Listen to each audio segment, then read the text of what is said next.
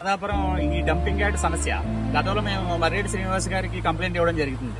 వరదలు వచ్చేటప్పుడు ఈ డంపింగ్ లో ఉన్న చెత్త అంతా ఊళ్ళ మధ్యలోకి వెళ్ళిపోవడం, అలాగే రైతుల పొలాల్లోకి చెత్త వెళ్ళిపోవడం ఇలా జరిగిందనే విషయం మీద మేము కంప్లైంట్ ఇవ్వడం జరిగింది. ఇవాళ రియాలిటీగా రియల్ గా చూడండి మీరే. అదిగోండి మీ వెనకాల ఉంది.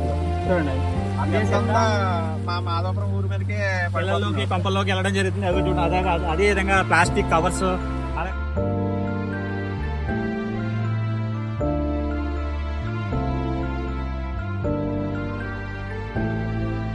నానా రకాల వ్యర్థాలన్నీ కూడా డంపింగ్ యార్డ్ లోంచి వరద కారణంగా మొత్తం అంతా కూడా మాధవపురం ఊరి మీద పడిపోయి మాధవపురం ఊరంతా కలుషితం అయిపోయి నానా రకాల టైఫాయిడ్, డెంగ్యూ, మలేరియా మొదలైన వ్యాధులన్నీ మాదాపురం ఇదిగోండి మనం చూసే విధానం ప్రకారం మా కాళ్ళ దగ్గరే ఇదంతా వాటర్ అయినా కానీ నానా రకాల చెత్త అంతా మా కాళ్ళ దగ్గరే ఉంది.